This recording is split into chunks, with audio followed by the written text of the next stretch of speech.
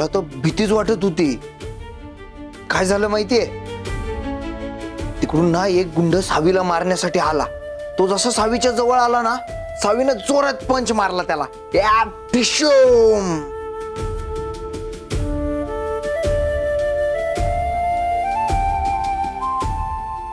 मग त्याच्यानंतर दुसरा गुंड आला.